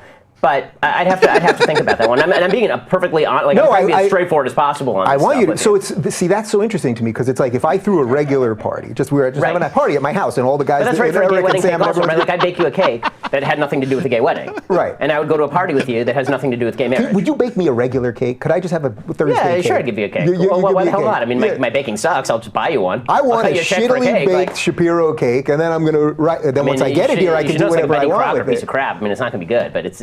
All right, I can't take the banter. So yeah, I mean, who the fuck is watching this? But yeah, that was. You can see him, like you can see the hurt Yeah. You know? Yeah, that you can pick up on the hurt. Yeah. It's like when Phil Leotardo's brother gets killed in Sopranos. Like, he's such a piece of garbage, but you kind of feel bad for him because he's like, he couldn't even speak his last words. You know? Phil Leotardo. Is that the one that they call the Shah of Iran? Yeah. I love that. I love that their name for Phil Leotardo is the Shah of Iran. Like, yeah, gotta go to Brooklyn, meet with the Shah of Iran. Like, it's like shorthand for asshole. Yeah, and then it's really funny when Uncle Junior calls Carmine Fish Lips. He goes, you want to talk to Fish Lips? I like Uncle Junior because Uncle Junior is so insecure and so like gets in his own way all the time, but then he's kind of actually like a very savvy old bastard. Like, when he's not acting out of his insecurity, he's actually pretty effective. Right. I like how they wrote that character. Me too. But there's that scene where he gives Tony advice, and he's like, "Who says being a boss is easy? You steer the ship the best way you know how." And it's like he has this, and that's all after Junior has tried to kill him and everything like that. Yeah, he's But tried to this, kill him. Like, together. I think he tried to kill him. Then he had like borderline. Was it because he's going senile? But he did shoot Tony in the gut. Yeah. And then he's just like, kid, it's a hard job. Yeah. Got this your nice back. family moment together. Yeah.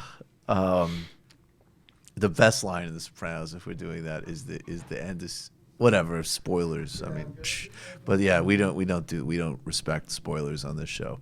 But in the end in one of the last episodes of season 1, after like everything's come to a head with like the mafia war and his uncle and everything, and he's sitting with his wife, and he's just like, therapy and cunnilingus. That's how we got here.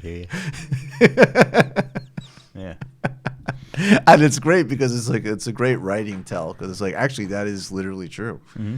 Those were the two instigating And events. your uncle warned you about it. Yeah, yeah. I'm actually working my way through Sopranos on Friday nights. How good is it? It's great. What's the character who he goes to the seance? Yeah, Paulie Walnuts. Paul, yeah, and then he gets pissed at his priest for not protecting him well enough from the spirit world. My favorite Paulie Walnuts scene. Paulie Walnuts, he's such a fucking moron. My favorite Paulie. I want to know your favorite scene. My favorite Paulie Walnuts scene is he's driving literally like a silver Cadillac. They probably gave him vanity plates. Like, just, he couldn't be more ridiculous. He's got like the literal like raccoon hair structure where like the dye job is just like straight on top and it's totally gray on the side. And he's driving and he's listening to like The Art of War, right? I think one of them's The Art of War, but I think this one is like some type of like self-improvement hypnosis tape. It's like, you lead the situation. This room is yours. And he's got this like dumb smile on his face. Like, he's just like driving. He's just like, yeah, I'm fucking learning how to be a more effective leader. And then he goes and he sees like, because also it's really great at showing like, this is not Narcos. This is like, I want $100 from your like lawn mowing route, right? Right. And so he sees a lawn crew that doesn't belong, and he just like gets out of the car, like I think like throws a guy off of a ladder. He hits just the like, guy with the shovel. Yeah, he hits the guy with the guy shovel. falls out of the tree. And the guy falls out of the tree, right? And it's just like, and it's like the way they shoot it is it's like this horrifying thing that this despicable thing was like. It was like his version of like, I just listened to a motivation tape and I'm going to be proactive. And then he puts the lawnmower in his trunk and he can't close the trunk and he just drives off with it. And then they're having the sit down afterwards and he goes, that guy jumped out of the tree and come at me with the chainsaw. I got a right to defend myself. I got a right to defend myself, Tone. That's what he says. He goes, I got a right to defend myself, Tone. What's your favorite Paulie Walnuts scene? Probably that one. I mean, but that the thing, one with the priest is really good too, though. When he's and also the other one where he goes to like a seance to try to protect himself from a cat. Yeah, because he thinks like the cat's like an omen for death. Yeah, and he has like they had some really good like they really like doing that with him. That like some type of like the sociopathic tendency to like believe in like superstitious nonsense. Right. Like, it's really funny because he's literally probably the worst guy in the show. Arguably, he's just like a total. Yeah, he might be. He's a serial killer. He's a fucking moron. And he did that thing. I don't want to spoil it for Matt, but he did that thing in season 5 that made me like hate him for the whole show at the beginning of season 5. Oh, yeah. In yeah, Atlantic no, City. No, he's a piece of shit. He's a piece of shit. He's a total piece of shit. But so clearly there's like this storehouse. The show is really good at being like, obviously all of these guys are super unhealthy and anxious and have like cortisol running through their body because they're doing stuff that you're just literally not supposed to do. Like that, almost like pre-morally, like human beings are not designed to operate like this. And they could get killed at any minute. They could go to jail at any moment. And so all these things. And so like Tony's kind of funny because his mediation is like, well, no, I'm just a fucking frustrated suburban dad and I go to therapy. But like Paulie Walnut's one is all like, that fucking cat's bad luck. The spirit world, Tone. And talking about moments where you feel bad for these people, there's the part where he goes to Italy and he thinks it's going to be this great trip, and they're all shitty to him, and he's just alone in Italy. That's such a good. The whore is like rude to him. Do you remember the with the old people, and he's like they're all like out having like like espresso, and he's having like one of these moments that he like clearly really wants. Like first he has the prostitute and she just blows him off. Like he's like, yeah, my family came from. She's like, yeah, whatever. Like give me more money or I'm gonna leave. Yeah. And then he's like sitting across from these old guys and they're all like having espressos, and he does like he's like learned how to say hi or something, and he butchers it. He says like commendatory. Yeah. Oh, like. It's not even high. Yeah. He lifts his espresso and he's like, "Commendatore," and they all look at him like, "What the fuck?" Yeah. And then he goes. He's literally like, "Commendatore," and then they all ignore him. And he puts it down. He goes, "Cocksuckers." It's not like switch from like, "Hey guys, cocksuckers." Bill Maher, you got a Bill Maher? Yeah, kind of, but I don't know if it's not that good. Okay, all right. We'll workshop it. We're going to make fun of Peter Schiff in the post game, which I'm pretty excited about. Yeah, cool. But before we go to the post game, talk a little bit more about the sit down. I've been on the show. I had a great time. It's a funny podcast. Thanks.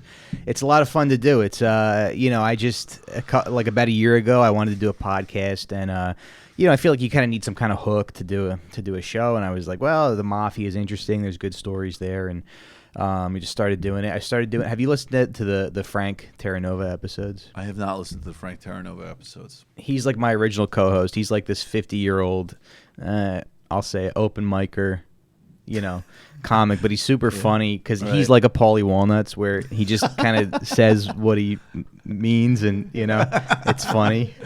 Your way of saying the first couple episodes is some really fucked up shit on it. Yeah. But it was kind of fun. Then he quit the show, and then I just started doing episodes about whatever I could sort of relate to organized crime, whatever I kind of felt like talking about that week. So with your episode, we did a thing on the right-wing grifters, right? Which is like fascinating. Yeah, we talked about the right-wing grift because you're actually, I mean, all kidding aside, you're very, you know what you tweeted at. Not only are you a very political guy. You did this thing that was like, it was so earnest. It was so Scaramucci. Because you tweeted out after ContraPoints was on this show, and it was something like, and I'm sorry, I'll do the voice. You're like, I didn't know who ContraPoints was before, and I saw on TMBS, now I'm watching her channel, and it's making me a better man. Yeah. Which I actually think was what's so awesome about that. Like, legit, I feel like from the couple of conversations I've had with her, that's probably actually one of her like main missions as like as a talent, essentially, right? Yeah. It's people like us becoming us and much worse. But it's just a weird time to be a comedian right now because, like, I think people listen to Opie and Anthony because it was like a little reprieve from a polite society that we lived in, because you have to go to work and be civil and stuff. And now you don't have to do that anymore because our president, calls people horseface and calls people Adam shit and so now. I forgot that wasn't good. Did you guys catch that one? That was a tweet. I forgot that one. Adam. Misspelling. I can't let that one go. So what is it? Well, it's because I don't know, man. I mean, you'd know much more than me, but the only thing that I notice is, because definitely when it comes to comedy, I'm obviously on the side of you give comedy a massive amount of space to do what it wants to do. And that's just my opinion. And it also is basically all of the comedy I like. And then my only pushback to that perspective is, one, I think it's funny because I think, like, okay, yeah, there's some people, like, you know, who want to, like, I disagree. Like, I don't think it's the biggest deal in the world, but, like, no, I think that, like, when Judy Gold, as an example, talks about doing college campuses, I believe her. I believe her criticism, right? It makes sense to me. So I wouldn't say, like, you know, shout somebody off a stage or let somebody work out their material, whatever. But on the other hand, I do feel like there's sometimes people who have this, like, it's like, it doesn't mean that you can't face criticism as a comedian. Like, there's some guys who, like, flip that equation. It's like, okay, yes, we know that there's, like, this woke culture that can be really humorless and overboard and not even understand satire at times, for sure. And ruin shows. What? And ruin shows. And ruin shows and just genuinely are scolds and they suck, and we all know this. And then there's also, like, sometimes people go at comedians with a criticism and they're not saying the show should be canceled. They're not, like, they're just saying, like, hey, man, I have a problem, like, or I don't see it this way or whatever. And the answer is always like, it's comedy, it's my free speech. And it's like, no, actually, sometimes somebody's just fucking engaging has a valid with criticism, you. To something. Whether or not you think it's valid or not, some of it is just like good faith shit that they're coming at you with. And it's almost like they start to play, I feel like in social media, people need to look at patterns of behavior more than the content of what's being said. Because the pattern of behavior, like, everybody's got their code of what is quote unquote politically correct, right? Joe Rogan's whole show is, oh, people are too politically correct. Go on that guy's show and say fucking Sam Harris is bad, or kettlebells don't make you yoked, or whatever the fuck, right? Or Islam is the one and true. Alpha Brain doesn't work. Alpha Brain doesn't work. Islam's good. Sam Harris is overrated. See how long you last in that fucking environment, right? And so, like, everybody is going in these cycles of self-reinforcement and control, but it's like, the only people that we're willing to see do that are the woke people. And they definitely do that. And they do it with comedy. And I disagree. I don't like it. I'm not into it. But all of the comedians who do, like, oh, I'm a comedian. How you can't say that? You're doing the same shit. You're trying to stop having a fucking conversation. And people are going to have opinions on your fucking material. On transgender people, on sex, on whatever. Of course. On less controversial shit. Everybody's going to have an opinion. So fucking deal with it. Yeah. You know? And it's like, I don't want to be that guy, but I don't know. I feel like in the past year, I've really had to figure out what it is that I want to say. Right. And I feel like as much as I enjoyed O&A and that stuff, if I try to emulate that, it's like I'm looking backwards. So now you got to find the new thing that people are going to respond to. Totally. I mean, yeah. And I also think that, like, it's, you know, to me, I don't know how to define this at all, but it's like sometimes you could, like, there's things that are funny and they're fucked up. And that's like the hardest thing, I think, for people on every side of the equation. Because there are things like with O&A that I've definitely heard and laughed at. Like, yeah, that's funny. It's actually disgusting. It's making us worse as human beings. And some people want to do, like, you know, because it makes us worse as human beings is definitionally not funny. And that's not true. The uncomfortable thing is it could be terrible, disgusting shit and also really funny. But then on the other hand, there's also this is, oh, it's funny, so there can't be any conversation.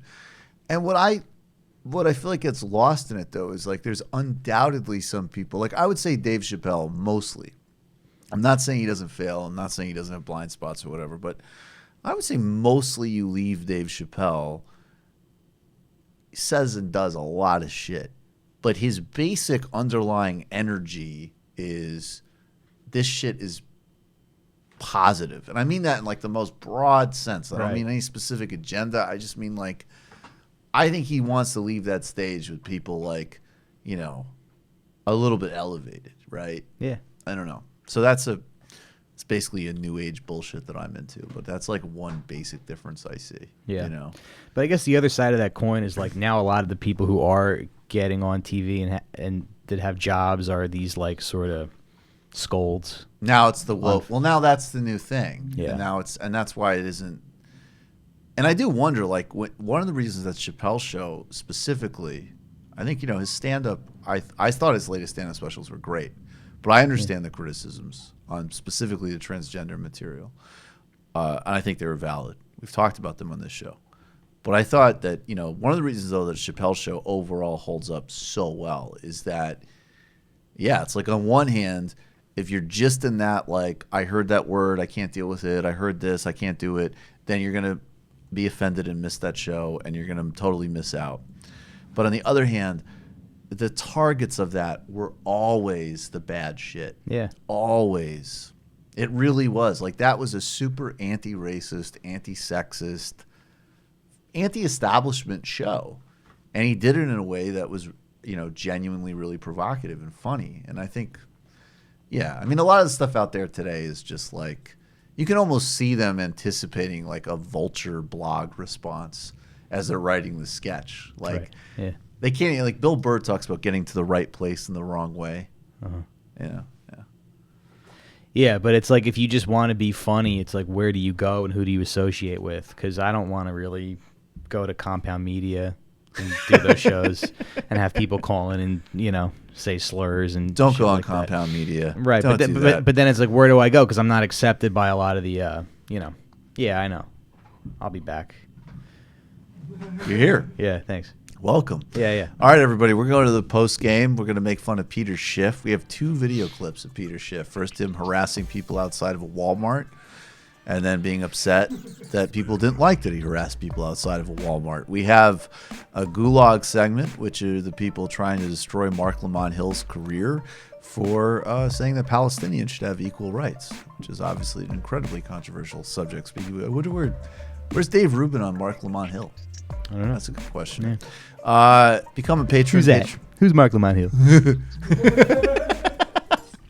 Become a patron today. Patreon.com/TMBS. Patreon.com/TMBS. This Sunday, an illicit history of neoliberalism and development with Quinn Slobodan. Been looking forward to doing that for a while. We have the illicit history of logic for the left.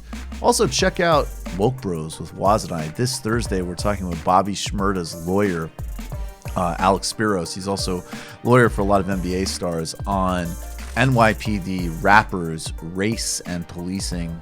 Really interesting conversation. Go over there, check out Woke Bros on the Black Opinion Matters feed on iTunes. Become a patron, first and foremost. Get your tickets to the Bell House show for February 1st. We'll see you there.